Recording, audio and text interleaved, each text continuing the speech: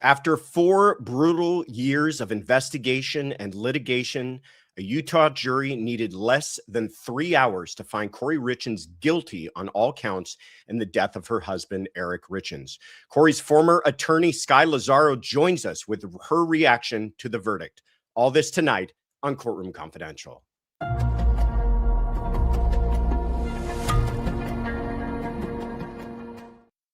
Good evening and welcome, everybody. It is March 18th, 2026, and this is Wednesday Night Live from Courtroom Confidential, the fastest growing true crime news channel on YouTube.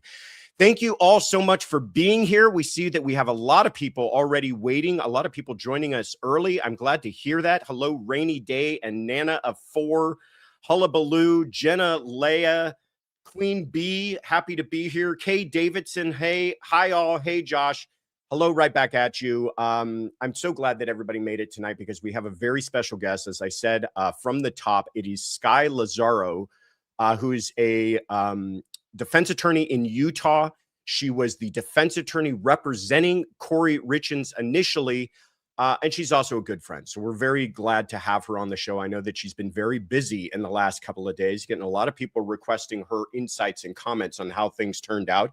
And you lucky folks are going to get to hear it straight from her. So let me first introduce myself to everybody who might be new tonight. I know that we have a lot of new folks in the last couple of days. Welcome. So glad to have you.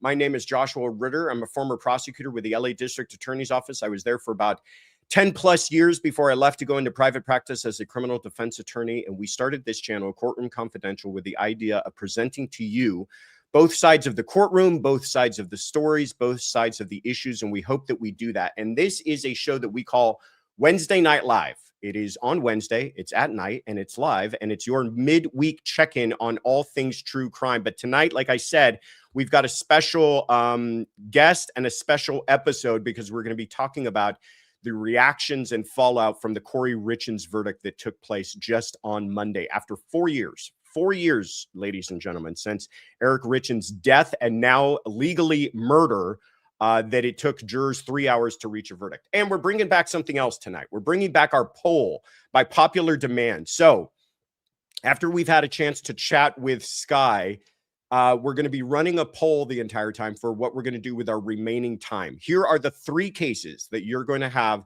an opportunity to vote on. First, Matthew Hurtgen. This is the New Jersey man who was found not guilty by reason of insanity for brutally murdering and maiming his younger brother, included removing his eye and killing the family cat. Really, really awful case, but it's interesting from a legal perspective because it involved not guilty by reason of insanity. So we could go through that. Or option number 2, Brianna Moore. This is the University of Tampa, Florida student who is charged with the death of her newborn. It's a little bit graphic, I will tell you. But the judge today ruled, or recently, I should say, ruled that text messages she exchanged with a friend that seemed to explicitly talk about her thoughts on what she would do if she were pregnant are not coming in. We could talk about whether or not that was a right or wrong decision made by the judge. And then finally, the case of Darren Lee. He's the former NFL linebacker charged with the death, brutal, again, it feels like we're using that word a lot tonight, of his girlfriend. Prosecutors intend to show that he used ChatGPT to help consult him and cover up the murder and give him legal advice. Wild stuff. So those are your options. Matthew Hurtgen, Brianna Moore, or Darren Lee. We will let you guys vote in the comments, and then we'll pick our winner and talk about that. But first, let me say thank you so much to Fala Dammit for gifting 5 Courtroom Confidential memberships. Appreciate you and everything that you do and all your support. All right. As always, stay to the end. We do have announcements, a lot of fun stuff coming up. There's something you don't want to miss this week, something special I want to tell you about. But take a deep breath. You've made it. You're halfway through the week. It's hump day. You're already halfway there. Hit that like button if you haven't already. Subscribe if you haven't already, and share this with anyone that you might think would enjoy it. But I'm going to stop because I want to bring on our very special guest. Please welcome Skye Lazaro. Skye, how are you? I'm good, Josh. How are you? Thanks for having me. I'm doing fantastic. Like I said, you must be kind of busy. Are you getting a lot of phone calls recently? It's been a little busy, you know. Yeah, I bet. Like I said, I go to my favorites first. So Oh, well, thank you very much. I appreciate that.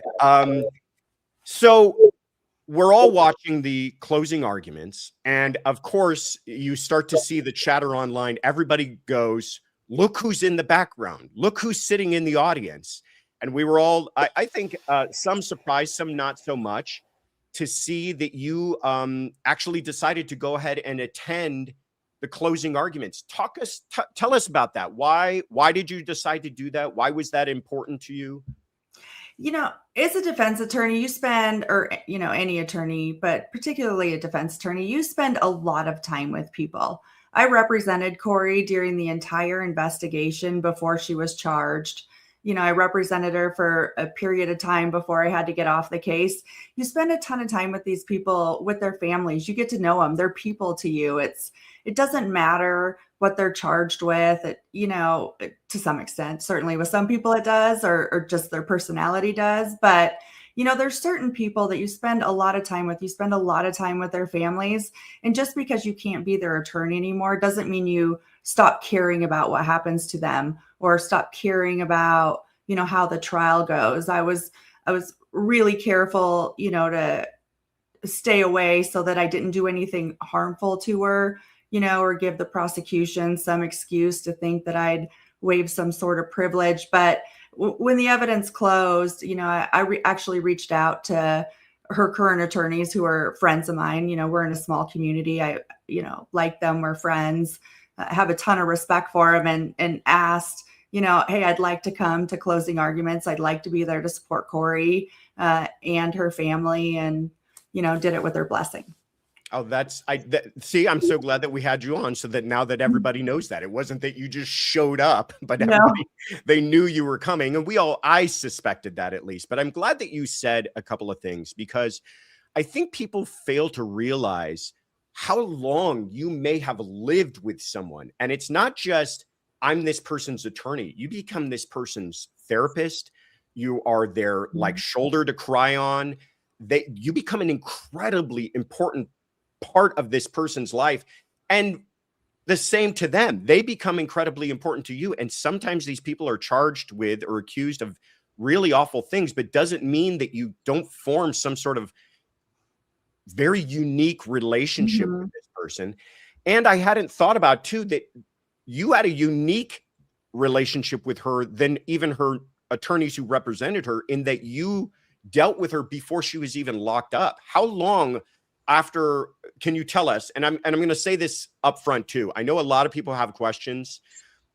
There's a lot that Skye can answer, and there's a lot that she can't answer because she's still under some obligations for attorney-client privilege and other ethical constraints. But can you tell us how long after Eric's death was it that you were retained by her? Was it quickly after that? It was fairly quickly after that. I don't remember the exact date, but when they reached out to Kouri to interview her, that's when she executed the search warrant on the home and for her electronics. I want to say April-ish. That's when she called me and retained me. So, I was with her from April, all the way through till we had to withdraw, and also worked on the juvenile court case that dealt with her kids. So, I mean, we did, and it wasn't just me. We had, there were several lawyers on this case that, I'm grateful for the work they did and the time and effort they put into this case. So, I mean, we spent a lot of time with Kouri and with her family, before she was ever even arrested. I mean, it went on so long, it gets to a point where you start to question whether or not they're actually even going to charge your client. Right. Because this went on for nearly a year, right? Before it was that she was charged. God, I think it might have been longer than that, but it was a significant period of time. It was enough time that I imagine you might have even been thinking they're never going to charge her. They don't have the evidence to charge her. God, I can imagine what that must have been like when you find out finally that, yeah, they've arrested her. It's happening. buckle up. It's all taking place. When you were first retained, was it a high profile case? Were people talking about it locally? Was it a case that had a lot of attention? No, they're really, when they were just investigating this case, there was really not a lot of chatter around it at all. I think, they were still trying to decide if a murder even occurred, or trying to figure out what happened that night. I know the family pushed pretty hard, as, they've come out and said, but, at the time, there wasn't a lot of attention. In fact, I just kind of thought, even if she gets charged, this is going to be just a normal case. It'll probably get some local press because the Richins family is been longstanding and pretty prolific in that valley. So I expected that, it would get some attention, but I was shocked by, when, about 1 or 2 a.m. when my phone just starts going off with news tickers, from local to national to international. I was like, oh, well, here we go. Oh boy. God, I can imagine. It's the last thing you want to see as a defense attorney, right? Because the press does not help your case. None of us are out here seeking to get or shouldn't be seeking to get our face on the front page of the paper, and whenever you have a high profile case with a lot of press, whether it's local, it's worse when it's national, it's worse when it's this case and it's all over, it makes the case so much more difficult to defend because you've got all of this information that's getting put out there. I think it puts additional pressure on the prosecutor's office, maybe not to extend plea offers or negotiate the way maybe they would, and if it weren't a high profile case. So it causes lots of complications. Especially too, when you don't know that when you're walking into it, right? I mean, it's one thing if you get, the first thing that comes to mind is Nick Reiner. That case, from the second it happens, it's all over the place. And so if you get hired for that, you know what you're walking into. But for a case like this to all of a sudden explode into a national interest case, I can imagine how that added stress that would come along with that. What do you think it was? What do you think it was that caused this case to all of a sudden ignite overnight into a national interest story? I don't know if it was the children's book. I don't think that certainly didn't help things, or if it's just the story. I think things are just different now. When I started practicing, this access to information, wasn't as easy, 15 or 20 years ago. So there wasn't this social media stir or this instant access to information where people, get caught up in this stuff and true crime and all of these things. So I think, and really, I mean, now that I step back and kind of look at the story, I can understand, there's some appeal to it, but, I've represented numerous people accused of murder that, barely, they don't even make the local blip up that somebody died. Right.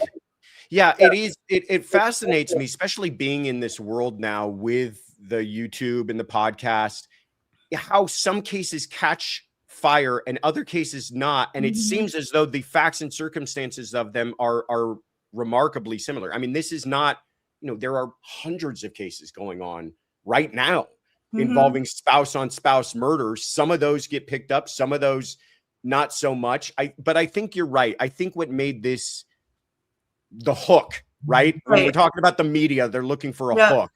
I think the hook was the book. I think that when they realized she had written a book and now and it was soon after she made that TV appearance that she got arrested, right? Wasn't it within weeks or less? Yeah, it wasn't. It was shortly after when they finally decided to file charges.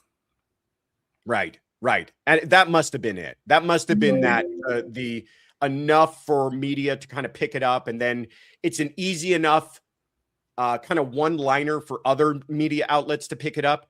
Woman writes, grief book accused of murder, right? It's like, okay, I can run with that. And then all of a sudden here we are 4 years later, and it's one of the biggest stories in national news. I think that spins out of control. You write a grief book to help your kids process the murder or the death of the person you're accused of killing. I get it now. Yeah. No. It's kind of writes itself. Yeah. Okay. I want to go into kind of your reaction to everything, but I think the first thing we should do is address a lot of people are speculating as to why it was that you withdrew from the case. And I want to preface this by saying that I know as an attorney that there are legally things you're not permitted to say, and that you're not going to be able to be as clear cut with us. Can you address that, why it was, or as much as you can explain to it, why it was that you withdrew? I can tell you it's not as good as all the theories that I'm reading. It's not near as exciting, not near as juicy.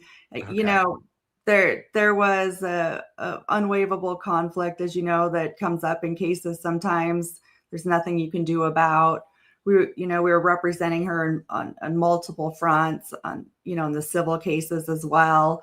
And sometimes when you work in a larger firm and conflicts arise, unfortunately, we all have to be removed. Okay, good. That satisfies me. I can read through the lines of that enough that satisfies me. Okay. Here you are in court. This was when you were sitting next to her.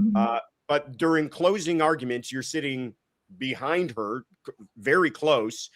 Talk to us first. I mean, let's just get straight to it. What was your reaction to the verdict? I was surprised. I was really shocked it came back so fast. Yeah. I had gone up to watch closing arguments. I had to come back and go to court and do my actual job.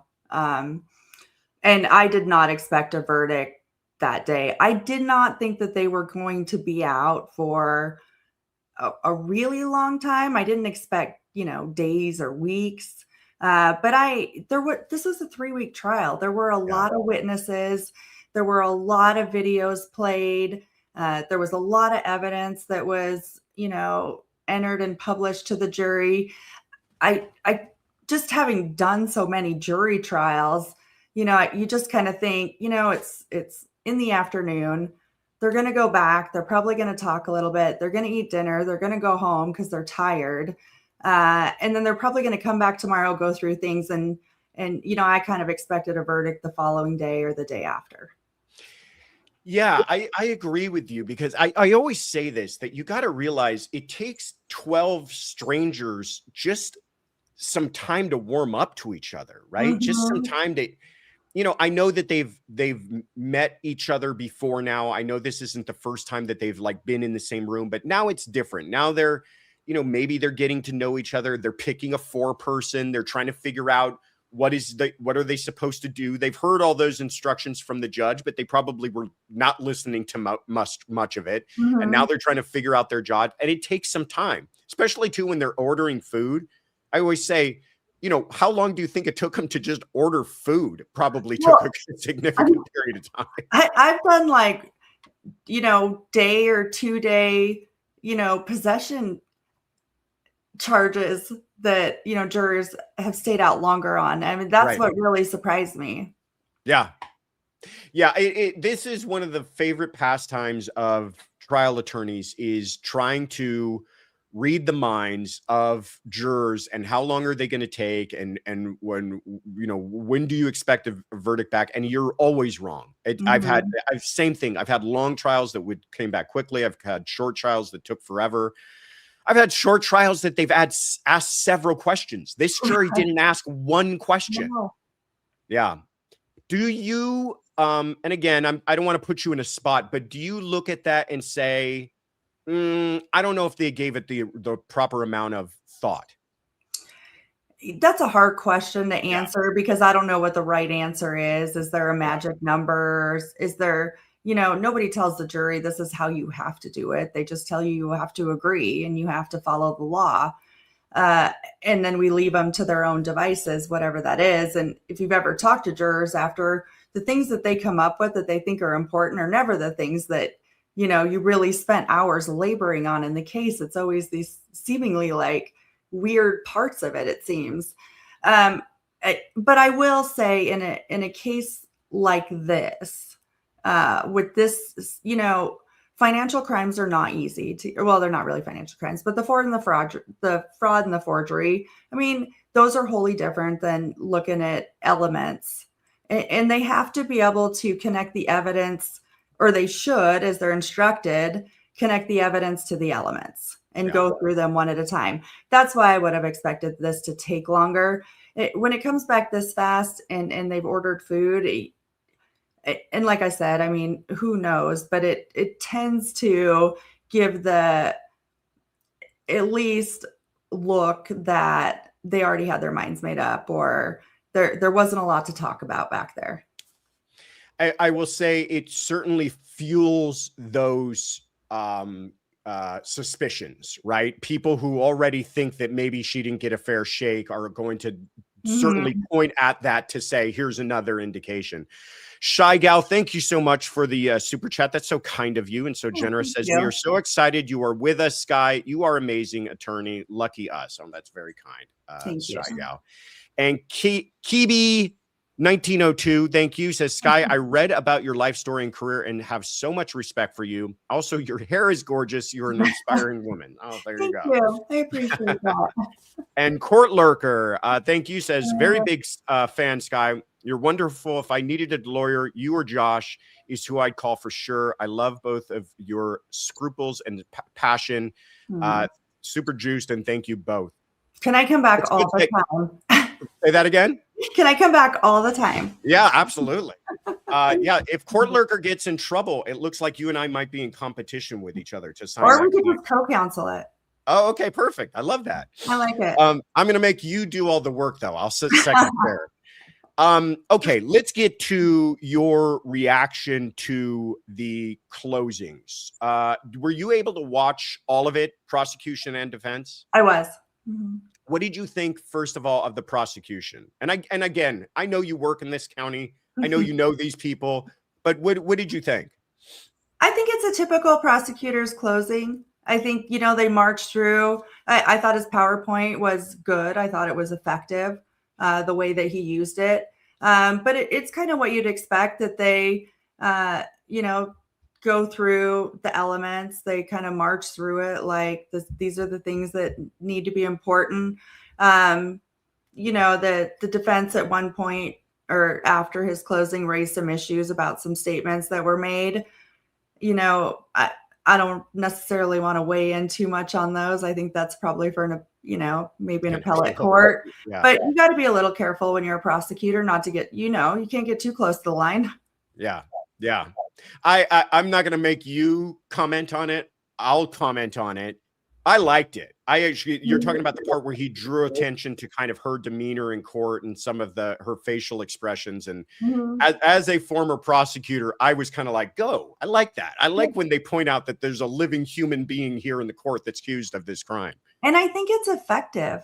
I think his closing, whether or not the closings made any difference in this case or any case, whoever knows, but I thought he did a good job and he elicited emotion, which you don't always see from the prosecution. Very good point. Prosecutors can be a little bit robotic, and they lack, if anything, a little bit of emotion sometimes. Do you know Bloodworth? Have you dealt with him? Have you had cases against him before? Oh, interesting. Yep. And we have more.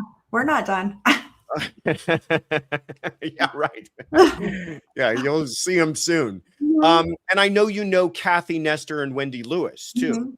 Okay. And let me ask, because when you withdraw from the case, there are rules about your involvement. You are not allowed, and I'm setting this up so everybody understands, so they're not curious to ask you, but there are certain things that you're allowed to do and certain things you're not allowed to do. They've got a new attorney and you can't interfere with that. But were you able to assist or call upon to assist or have any kind of involvement in the case after you withdrew? Yeah, I mean, the rules require you to do certain things, and we did what we needed to, and up to the point that we were allowed to help. There's a certain, especially in a case this big, And I think I even alluded to this when I asked to withdraw in court, that I would do everything that I needed to do to make sure that whoever her new attorneys were could get up to speed as quickly as possible on this case. Obviously, when you're getting off because of the reasons that we cited, you have to be careful. You don't, you can't taint the next attorneys either. But up to the point where that the rules allow, in terms of files and things along that nature, we absolutely did everything we could as quickly as possible to assist Kathy and Wendy and Alex. And I should add that you also are very have to be very cognizant and careful of not having the client question the abilities of the new attorney as well, right? Like, you don't want to, the last thing you want to do is create this kind of internal conflict where the client is constantly asking, well, what does Skye think we should do? What does Skye want to do? I dealt with a case, a very high profile case that I'm not going to name, but the client had an counsel in a different jurisdiction. So he was tried in one jurisdiction and then had another trial, and was constantly wanting us to refer to that prior attorney's thoughts on a matter. And it was just like, listen, you got to believe in us, or this isn't going to work. If you're constantly wanting to get second opinions, then go somewhere else. You're obviously lack confidence, and that kind of cleared things up. But people have got their life on the line. You understand? Well, and I think that goes back to, we were talking about why was I in the courtroom and why am I supportive? When you have to develop trust as a defense lawyer with your client. They have to trust you. They have to believe that you're working for them, that you're doing everything that you can, that when you sit down and talk about hard decisions that have to be made, that they trust what you're telling them and trust that you have their best interests. And when in developing that, you do a lot of times, you still care, when it's over or when you have to leave, I never. And that's why we work so hard so quickly. That file it's monumental. Like it's so big. It's insane how much was in it with all of just everything that was collected and tested and downloaded or whatever. But you dump that on two new lawyers. I've been working on this case before, she got arrested. And so I think you do have a duty to do what you can to assist their new counsel so that she can trust them too. Yeah. And then you have to stop, because I can't communicate with her because it's no longer privileged. I'm going to make myself a witness against my client, or the family. So then you have to step away. Yeah. And though that didn't exist here, I want to make that clear. I've even had situations where I was fired by the client. Like that's not what happened here, but I've had situations where the client and I did not see eye to eye. They fired me. I found out because I got a phone call from a new lawyer saying, please hand over everything. But you still want to make sure that everything is done professionally, that they're getting everything, because it's about not just the client being served best. It's also about your reputation. It's also about your bar card. You certainly don't want to, be a person who's got, a bunch of sour grapes because, they decided to go in a different direction. It happens. These people, like I said, they've got their life on the line. I can't imagine the stress that they're under every single day. So if they feel that I'm not the right one for them, God bless. I hope they find that somewhere else. And I still look up clients that, got different representation to see how their case is going and what has happened. I think that's happened to all of us. And, sometimes it actually is for the best. Sometimes when you work on a case for so long, it has nothing to do with the attorney on the case or the client or the case, but new blood can sometimes change just the dynamic of things. It's really interesting. And I've been on both sides of that. Well, and I'll say this too, a little inside baseball. There's something, called like first attorney-itis or something, whatever you want to call it. But usually the attorney who's the first one that is there for when all the awful stuff happens, especially if you got hired before they got arrested, you're seen as the one that blew everything, right? It's like, well, hey, I got arrested and I got charged and all this awful stuff happened with that first attorney. So they're kind of like, I need somebody new. And then the new person comes in and can blame it all on you. Right. Hey, dude, I'm just dealing with what I got here. And again, none of that happened here. We know there were different circumstances, but it is not uncommon for people to want to switch. This is a good setup, though, to can you, and again, I know that you know these people, and I don't want to put you in a bad spot, but what did you think of the strategy that was used? Do you think they changed it from what you might have used? Was there a reason for that? What were your thoughts on how it played out? Everybody's different and everybody's got a different style. Kathy and Wendy are very, very experienced lawyers. Kathy has tried if I'm friends with her, and we have a small community. I think it's probably similar to most places. Especially the defense bar. We all know each other, clients jump back and forth between us, whatever happens. She's fascinating. She has tried some insanely hard, difficult cases all across the country to sit and hear some of the cases she's been involved with. She's incredibly experienced. And here's the other thing. The investigation in this case never stopped. Right. The state was pretty clear that we are going to continue to investigate until the day of trial. And I mean, in February, they were still, we heard about it in trial. They were still, investigating things and stuff. So they were true to their word. They never did stop. And so what happens, would my trial strategy been the same? I don't know, because there were things that were learned or discovered or turned over after I got off the case that, probably changed a lot of things. In terms of the working theory that, we always question whether or not they were going to be able to connect the dots as to how Kouri either got the fentanyl or gave it to him, or how Eric ingested the fentanyl. I think, that those types of questions certainly, stayed with the case. Yeah. I mean, that's a really great point that I hadn't thought about. This is a different case in that most cases, it's kind of what it is by the time it's charged. But this one had a life of its own that continued to kind of morph and ferment and everything else. And maybe strategy that might have been, the strategy during prelim is not entirely your strategy during trial. Mm-hmm.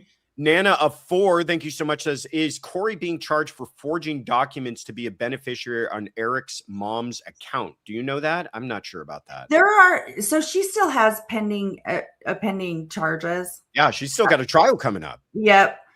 I don't remember what exactly the details of, the underlying facts that support those charges are. So I can't answer your question. No, that's all right. That's all right. Grubba Krista has been a member for 11 months, everybody. Congratulations. Thank you. Says, everyone has a right to a defense. Skye is lovely. Well, thank you for that on behalf of Skye. And Heather Cooper Smith with the super sticker. Thank you. I got a question for you about Kathy Nestor. Well, first of all, tell us how the system works in Utah, because some people are not familiar with it. You're a private attorney. You were not appointed, whereas Kathy was appointed. How does that work? So I am a private attorney, and each county has their own sort of public defender office or somebody who contracts for that work. When I got off this case, the estate was tied up in litigation. She had no money, really. I mean, available to her to go start funding, funding cases without, especially when we had to leave the estate case, because then I'm not entirely sure what happened with that. Mm-hmm. But so, because she was incarcerated and wasn't working and her assets at the time were tied up, the judge ruled she, qualified for court-appointed attorney. Kathy and Wendy are actually private lawyers. Kathy spent a long time at the federal defender's office, but she is actually a private lawyer now.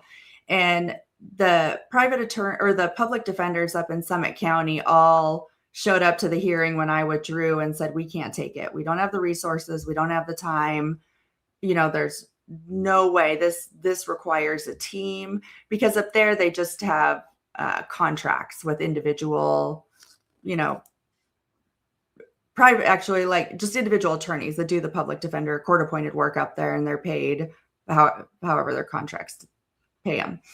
But they all said, there's no way we're taking this. Like, it's not happening. We don't have the manpower. We don't have the resources. And so what the county did, and this is the same thing for a couple of those cases, like the Tyler Robinson, Charlie Kirk case down in Utah County, and a couple other death penalty cases down there. What they do is they contract with private counsel for essentially a reduced rate to take on those cases. So, Kathy spent a long time as a public defender, but she does not work for a public defender's office. She has her own office, and she has she contracted with Summit County to be able, and they paid her at whatever the agreed upon rate was. Interestingly, another fun fact, Utah several years ago started this aggravated murder indigent defense commission that the governor set aside and said, look, we're going to earmark money, because in Utah, we have a lot of people in and around Salt Lake.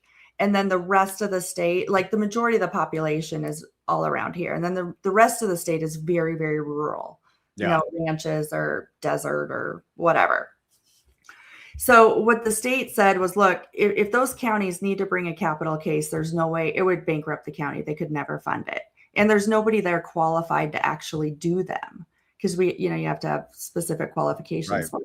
So the governor started this commission that's almost like an insurance fund. The counties can buy into. You just, you pay into it that way. And it's not, if you need assistance with cases to prosecute cases, the state will pay. Wow. Summit County did not opt in. So Summit County taxpayers are footing the bill for this. Utah County, with all those cases down there, did not opt in. So their taxpayers are footing the bill. So anyway, interesting. I love that. Off topic, but there you go. No, I love it. How do they have is there a public defender's office though? Not as statewide. Gotcha. Okay. So like Salt Lake, because it's so large and they do so many cases, they have a public defender office. I actually worked there about 17 years ago. Okay. Maybe not 15 years ago. It's been a minute. Anyway, I worked there for a little bit when I first moved to Utah. Yeah. So, but they have an office. Utah County has a pretty well-developed public defender office, but even they say, they refuse to take those death penalty cases down there, and said, we don't have the manpower. We don't have the resources. The county doesn't give us the money. You filed them, you're on your own. Interesting stuff. Interesting. So yeah, because that was going to be my next question, is like, how does she get a caseload where she's got Kouri Richins, one of the biggest high profile cases in the country, alongside Tyler Robinson, one of the most high profile, but she's essentially not an appointed attorney, but a hired attorney on a negotiated rate with the county. Right. Like, it's similar. Did you ever do CJC cases or not CJC, CJA, like federal cases? Do you guys have that? No. So it's kind of the same thing. If there's conflicts, they've got conflict counsel that are always private lawyers, and we have what's called bar panel for the county, which is essentially the same thing. Same thing. So it's really similar to that. And then she just negotiated her contracts with Summit County and with Utah County. And hey, listen, I love her. I love her, but why she wanted both at the same time is some, she's busy. She is. And you know what it is? It really is, like, she is a true believer. Like, She is a like true, like diehard defense lawyer. Interesting. Well, it does look as though, I mean, she was very, very zealous in her advocacy for Kouri. You could tell that she was very bothered by some of the judge's rulings. And you can tell in her representation of Tyler Robinson that she's wants to save that man's life. Like that's the way that she views it. And she is not afraid. She will, there's attorneys who worry about offending people or offending judges or getting yelled at by judges. She's not one of them. Yeah.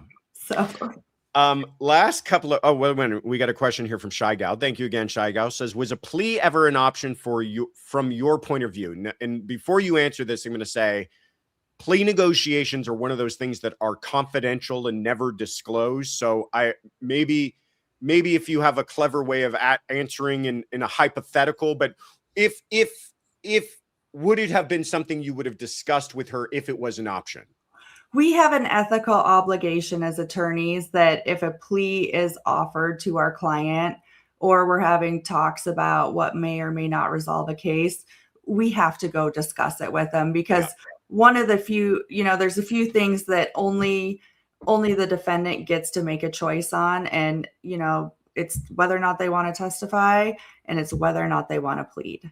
I mean, certainly we advise in that, but that is their decision to make. And we are obligated, there's been you see cases come back and you read some of these appellate opinions where, people say, I didn't know there was ever an offer on the record. There was never an offer extended. I wouldn't have gone to trial. And some people look at plea deals and say, I'm not taking it. I'm going to trial. So.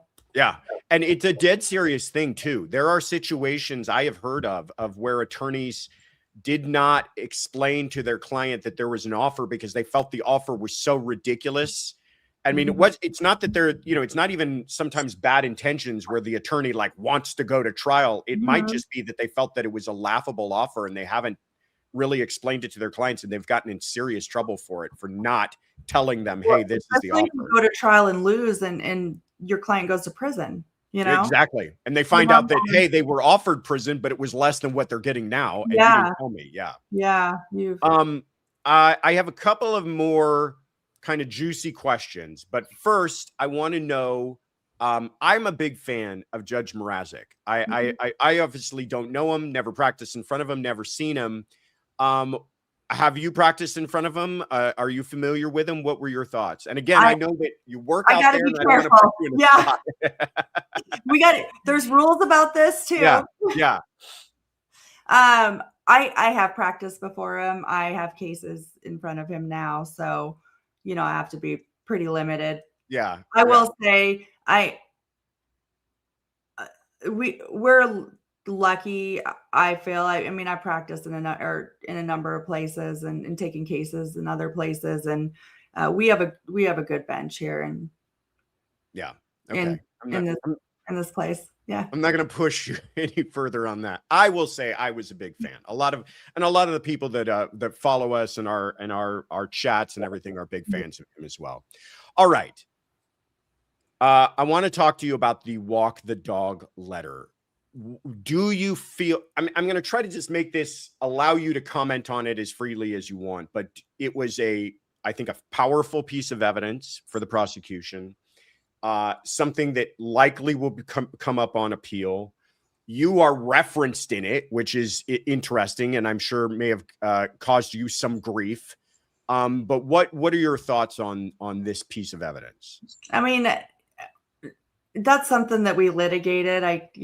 People want to go back and read what my thoughts were when I wrote them. I'm not sure they were very kind, but the problem with, regardless of what that letter meant for really, or what it was intended for, the prosecution from the beginning in this case, because this came out early on, they had conducted a search of her cell, and we ended up in a fight over everything that they took. Right. But it was placed on the docket as an individual line item exhibit and it was interpreted in the word, it just took off, right? The next day there was headlines that, she's witness tampering and I'm doing this or I'm doing that, and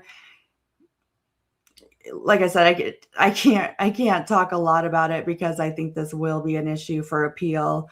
But I think this is kind of one of the pitfalls of everything being so immediately available when things take off is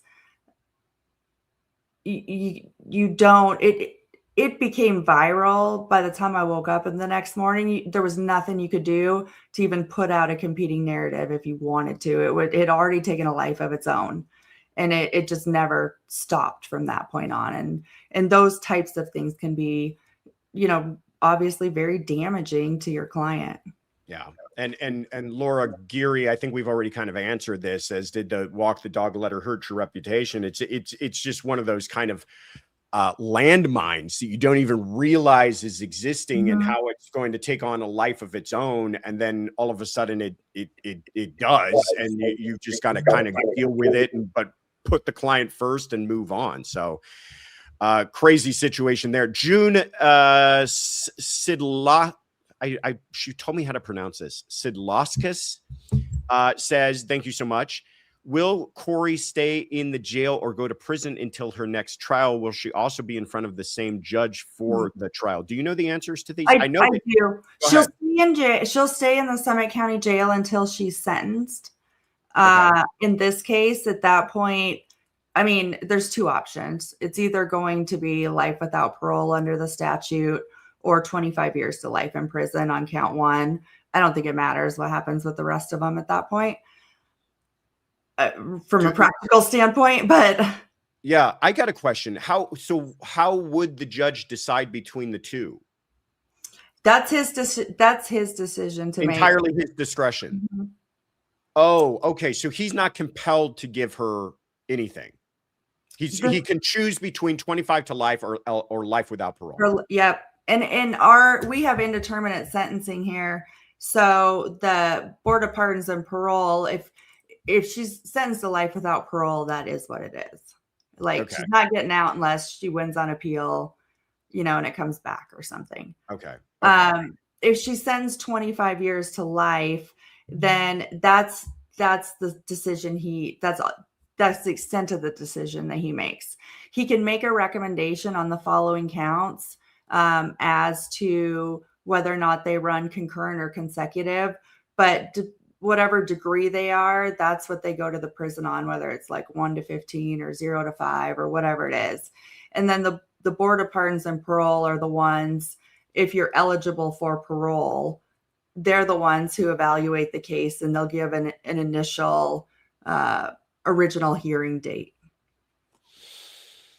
Speaking of sentencing, this was something that people kind of immediately put together after her sentencing date was set. It is set for May 13th.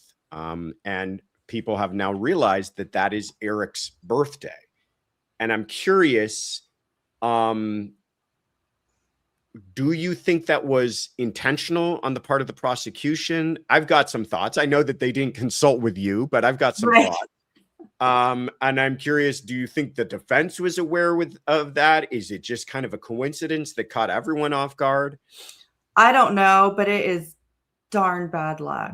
Yeah. I mean, I would be finding a way to be unavailable on that date. Yeah. To tell you that. Yeah. That's not, I mean, it's, listen, and I'm not making light of this. This is right. a tragic case, right? I mean, it doesn't matter what side you fall on this. This case was tragic, and there is no winners. Yeah.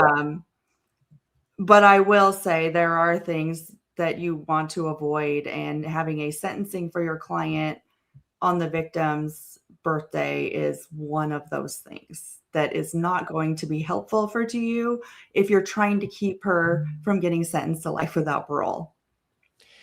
Yeah, you know what? Now that you even say it that way, it might even be smart of the judge to move it if he realized it, because, that's not really here nor there, right? Mhm. As far as like his decisions in sentencing, and if that's going to become a kind of a predominant narrative during the victim impact portion of sentencing, that Well, might be something. because it will. I Yeah, mean, yeah, and I will say our judges here, I think, are very try to be very careful to avoid things that are going to cause problems. Like I'm sure no judge anywhere is sitting there saying, I want to do this on the victim's birthday, no, and it's not, and it probably in their mind doesn't play into it. But what you're going to hear is all of those all of those every family single one. members are going to get up and talk about how they're getting justice on it. It's going to be, Yeah. this is his birthday. This is, it just is, it's going to become like a very, very centered issue. I think in it, in a very it's already going to be emotional. Yeah. It's already going to be very hard for everybody who comes to, speak on behalf of Eric with his family, and for the defense, to put on arguments, to, make a plea to the judge as to why their client should someday be paroled or at least be eligible for it. Yeah. And having something like that out there, I just think it's not good for anybody. No, I agree with you. And it's not about like robbing them of this moment. It's about, hey, the judge has to make sure that too, that at the very end, he's not creating some appealable issue, right? Right. I mean, that could potentially be some sort of appealable issue. Very, very interesting. Skye, you're the best. I so appreciate all your time. I so appreciate you, as busy as you are, and with all of the other calls that you must have been getting right now, taking some time to chat with us. Before I let you go, is there anywhere that you want to direct people to if they're looking for an attorney, if they want to find you online, or is there anything like that you want to share with us? I mean, I have really great horse videos and pictures of horses on my Instagram and Facebook. There you go. But if any, I mean, I'm fairly easy to find. Google will send you to my law firm, but Okay. I need to be better. We talked about this before. But if you like, don't fall into the trap. Dude, live your life. Ride your horses, live your life. Yeah, if you like pretty horses, I own a lot of very beautiful horses that are both English discipline and Western discipline. So. I love it. All right. I have been telling Tiffany, I don't know where I got this, but I'm like, I'm buying boots. I have no reason. I live in Southern California. I don't even know if there's a horse anywhere around me. And I'm like, I need boots in my life. So I think so too. Everybody needs a good pair of cowboy boots. Yeah. Why not? Everybody. I'm going to be very happy with myself when I get them. All right. Skye, thank you again. You're the absolute best. I appreciate you. We'll be talking soon. Sounds good. Good to see you, Josh. Right, take care. Thanks. All right, guys. She's fantastic. I'm so grateful to her. She's an amazing attorney, says Cheryl. Kathy Mama Bear says, thank you so much, Skye. Appreciate you. She is fantastic. And caught in a rough situation. I've been in that situation too, where you're representing someone for whatever reason. Many things, by the way, can cause this problem, and you got to step away. And it's like losing something in your life. It's like losing this thing that you were so incredibly invested in and passionate about, and now you've got to hand it off and hope that somebody else is able to care as much about it as you do. So thankful again to her. All right, we're going to get to our poll. I wanted to mention, first of all, that we've got reason to celebrate over here at Courtroom Confidential because we hit a landmark last evening. We passed 80,000 subscribers. So thank you all so much for all your support. You guys are absolutely fantastic, and we appreciate you. Happy 80,000, says Alicia K. Mayo. Appreciate the ad-free lives from Joshua. Yeah, I never bring that up. Ad-free. We're dedicated to when you watch us live, you're not going to see it interrupted by YouTube. And so we are very thankful to all of you for your support and helping us do that and continue to do that. Speaking of, right on cue, Eroy, thank you so much for your incredible generosity. He says, we, the online YouTube jurors, may not always like the defendants, but knowing that there are attorneys like Skye and Karen Reed's defense team advocating for everyone's rights gives me hope for the justice system. Everyone deserves a defense. Thank you so much for your commitment. That is incredibly nice. And thank you, Eroy, on behalf of Skye. And I'm going to thank you on behalf of myself as well. It's a difficult job for defense attorneys. They get a lot of grief, but somebody's got to do it, right?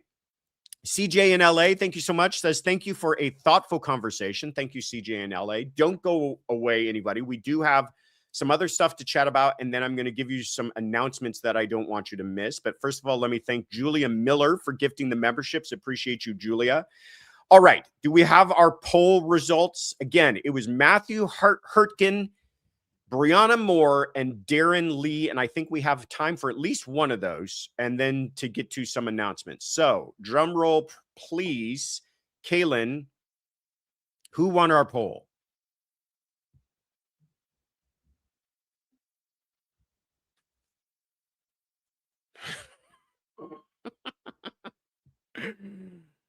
I see the results, but I want to see it. There we go. Brianna Moore, 44%.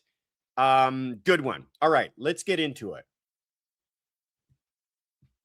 Brianna Moore, this is a horrific case. Anytime you're talking about the loss of a little baby, you're going to make me want to cry. It is a little bit graphic, so let me just give you the details quickly so that you understand. Look at her. She's a child herself. This is just awful stuff. This took place in Tampa, Florida, back in April of 2024. Her roommates, and here's the part that is probably the reason why she's looking at murder charges here more than anything else. Her roommates tell officers respond to a possible miscarriage. They're alerted, and it sounds like by the roommates, because the roommates hear the sound of a baby crying. And then there's blood on the bathroom floor. Okay. The baby crying being the pivotal moment here. When officers arrive, she tells them that no, nothing's wrong. That is, in fact, blood from her period. But then they soon discover the dead body of an infant inside of a trash can in her dorm room. Again, I hate telling you guys this stuff as much as you probably hate hearing it. Awful, awful stuff. The medical examiner determines that she died as a result of asphyxia. The infant, pardon me, I said she, but the infant, I don't know if we know the sex, died as a result of asphyxia and multiple rib fractures. Again, if there's reasons why she's looking at murder, the baby crying is one, and these medical examiner results are the other. She's 20 years old now, Brianna. Just a baby. She was arrested in October of 2024. She's facing aggravated manslaughter, child neglect with great bodily harm, failure to report a death, and unlawful storage of human remains.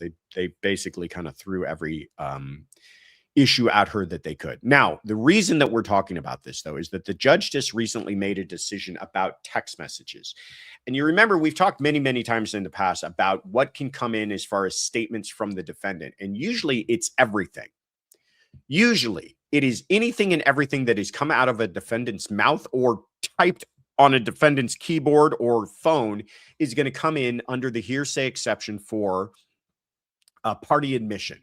Something that the defendant said is pretty much clearly always admissible. But as to every rule, there are a few exceptions. And here's what the judge found in this case. First of all, the text messages were found on her phone in September, and it's from Moore, between Brianna and a friend of hers identified as Qasim, Qasim. Moore, hey man, sometimes you need a plan C. This is, again, I apologize for reading this stuff. Qasim, Plan A was condoms. Plan B was the pill. Plan C was to kill the kid. More, Plan C is my favorite. Okay. Horrible, heartless, disgusting, bad. Okay.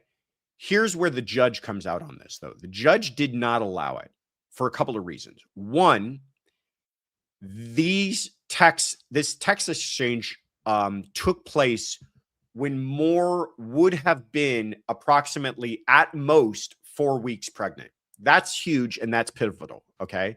Because the argument that she even realized that she was pregnant at the time is slim for the prosecution. And there's nothing in this discussion that references that she knows. And I know it sounds like it in this conversation, but if you read the entire context of it, it's not that they're talking about her being pregnant. It's that they're having this kind of disgusting / off-color conversation. And so that's important too. If she knew that she was pregnant and that was clear from the context of the conversation, we would probably be having a very different conversation about this. And then the judge goes on to say, this is a quote, "It's only relevant," talking about this text, "its only relevant purpose is to show that the defendant is the sort of person who would kill a newborn child." And you might be saying to yourself, yeah, of course. Well, isn't that the question here? Isn't that what we're trying to decide? Is she a person, the type of person who would kill a newborn child? Interestingly, no, we're not.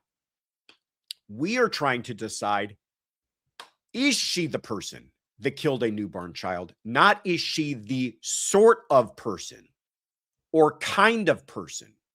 Because that question asks her character.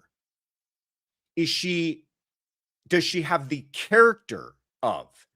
Is she the sort of, the kind of person who would do this and therefore did it? That is inadmissible character evidence. And that is what the judges decided that this is. And there's no real exception to that. So what we're talking about essentially is this same kind of idea of character evidence. When is it allowed in? And it's only allowed in very limited circumstances. Never in our our criminal justice system, never do we want a person to be on trial for who they are, but it's for what they did. And the judge is feeling here, without some other reason for it, some other relevance for it, even though it's not a hearsay issue, it's her own statements. It is simply, its only relevance here is to her character and not to whether or not she committed the crime. I hope that makes sense. I know that that's kind of getting into the weeds and you might feel like it's splitting hairs a little bit, but really judges are very sensitive and careful about this issue because it's a big issue on appeal. It could easily be an issue for appeal. We want people on trial for what they did, not for who they are. And there are many, many horrible people on trial who may or may not have done the things that they're accused of. And there's many very good people who have done an awful thing.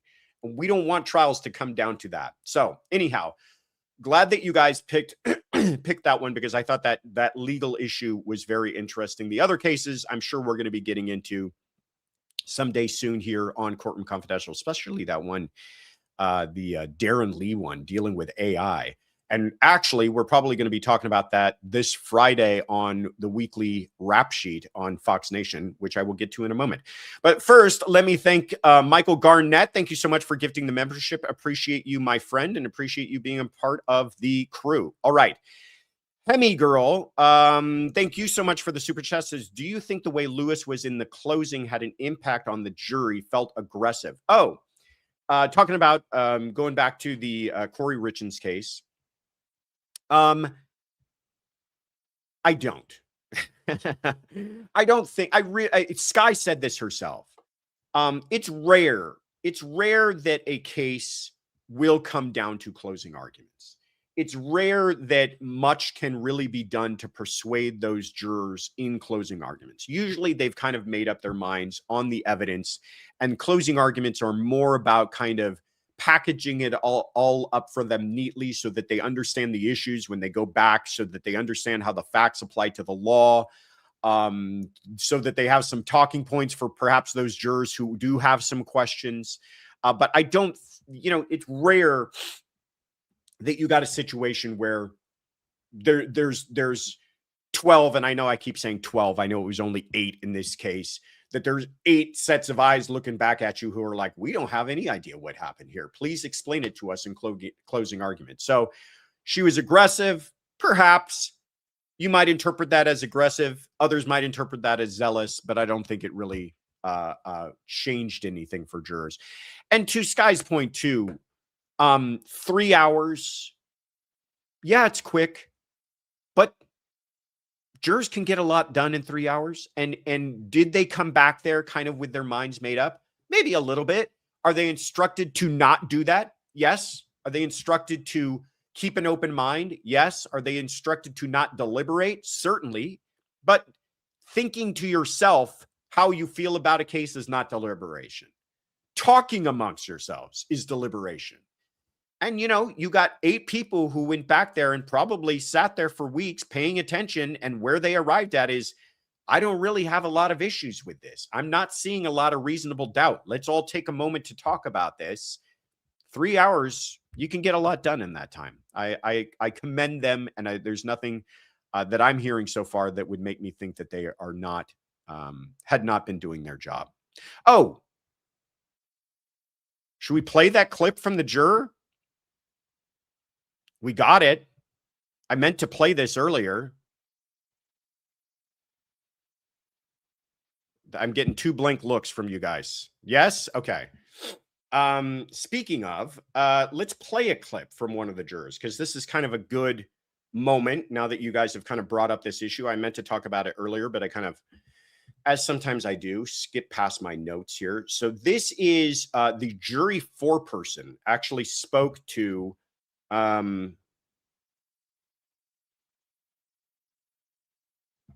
we're going to play it. Okay. This is the jury foreperson spoke to Good Morning America. We have a short clip of some of that that I wanted to show to you guys now.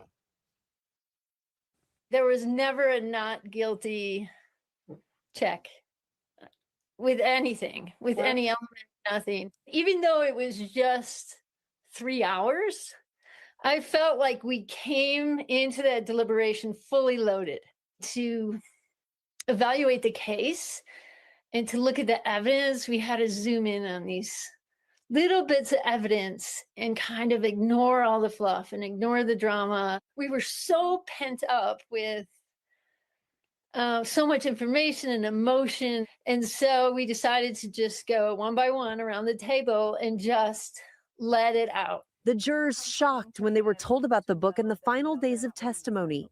Everyone just felt like they're hit with a truck. We're like, what? Like, what the hell is this? It was so odd and so strange. People were really sad because they did not want to find her guilty. They were really hoping that she was innocent. And we couldn't come to that conclusion. And it was really heartbreaking, this devastating reality that this family was torn apart. And these poor kids will really basically never have a dad or mom. That is very well put. That is the sad part. These poor kids are not going to have a mom or dad now. I can see in the chat that a lot of you are going, please tell me, Joshua, please tell me this is not going to be a cause for appeal. Did these statements from the juror go too long? I will tell you this. As a former prosecutor, anytime you hear jurors making statements and making them publicly and going on Good Morning America and talking about them, you immediately break out in a cold sweat and you go, please, please, please, please don't say anything that's going to cause an issue. There was nothing in that I really heard that caused an issue. Did she say that they came back to the jury room fully loaded? Yes. What does that mean? Then she goes, said fully loaded to consider all the evidence. So I don't know where that cuts. to my point earlier, we tell them keep an open mind. Keeping an open mind, though, doesn't mean turn off your mind. You can't turn off your brain if you're hearing evidence day after day after day, and it's fairly convincing to you. You can't help but be a human being and kind of have some leanings. She said that they all kind of had an opportunity to speak. They all felt the same way. I mean, what would you have them do? Sit back there and play what is the game where you roll the dice and then you've got the checker coins that you backgammon? Is that it? I'm not going to sit back there and play backgammon for another hour or two to make it look right. I don't have any problems with what that foreperson said. Now, that all being said, guarantee somewhere in some appeal, a quote from that is going to be used to say that they didn't properly deliberate in this case, but I don't think it's got much of a chance. Anyhow, back to where I was. That was a little side adventure for all of you. Quick announcements. First of all, let me tell you about the best website on the interwebs, and that is thecourtroomconfidential.com. At thecourtroomconfidential.com, you will find the following things. First of all, you will find where to leave us a message. Every Sunday, we have a show called Sunday Funday, where we take your messages that you've left us, your questions about true crime, about cases, a lot of the stuff that you guys have asked tonight, and we answer them live every Sunday at 9 a.m. Pacific, noon Eastern, on a show called Sunday Funday right here on this channel. But the way that you can leave us those questions is to go to thecourtroomconfidential.com and click on leave us a message. Membership. A lot of you received some gifted memberships tonight. A lot of you have joined up to our membership program tonight. If you're thinking to yourself, I don't want to miss out on all of this, I want to be a member of Courtroom Confidential. And I saw somewhere in one of the chats, somebody said, how do I become a member? I'm telling you right now, go to thecourtroomconfidential.com and click on become a member. And that's the best way to do it. And you can find out about all of our different membership levels. Songs, Bits, Laura, thank you so much for being. She's been a member for 11 months, everybody. Be like Songs, Bits, Laura. She says, congrats on 80K. Great job, great channel and mods. We appreciate you and we appreciate your support. And then finally, merch. If you were too dazzled by this t-shirt, this whole evening to even pay attention to the conversation we had, and you need to go back and rewatch it because you were just so focused on what color it was that I was wearing and where you could pick up this shirt, well, then I've got your problem solved. Go to thecourtroomconfidential.com and click on shop, and you can find out about this color, all of the other colors that we have available, and different designs. It's not just about different colors. We've got different designs. We've got different we've got zip-up hoodies. We've got pullover hoodies. We've got quarter zips. We've got mugs. We've got funny sweaters, fun T-shirts, pajama pants. We've got you covered. Jadzia Dax has been a member for 13 months, everybody, and therefore receives the special one-time over 100% juiced value of 113% juiced. We've got hats. Love those hats, by the way. Oh, and Evangeline Light says that your merchandise is great. Well, thank you so much. And this is where you can pick it up, is at the shop on thecourtroomconfidential.com. Afton Forward says the shirt is called Motion in Limney Mint. I thought you were going with lime mint. See? I almost kind of came up with a funny one myself. Motion in Limney Mint. What else do we got? See the clerk on your way out. It's the shirt color. Very good. Shy Gal, appreciate that. Is that it? One more? That's it. All right. What else do I got for you? Well, what did you miss? Eroy says, what's next for CCLT? Oh, Courtroom Confidential live trials. We need to keep the defense and prosecution informed about how the 13th juror pool is perceiving their case. Very good question. Maybe we could do a little poll or something coming up. Ladies, huh? What do you think? Ask everybody what they would like to follow next. I know there's some good stuff coming up soon, so we'll have to decide that. Great point, Eroy, and thank you again for your support. All right, what did you miss? Well, on Monday, we had our true crime docket. Courtney Clenny's coming up. That's a good one. I know a lot of you have been interested in that one. We had a true crime docket. Not my fault.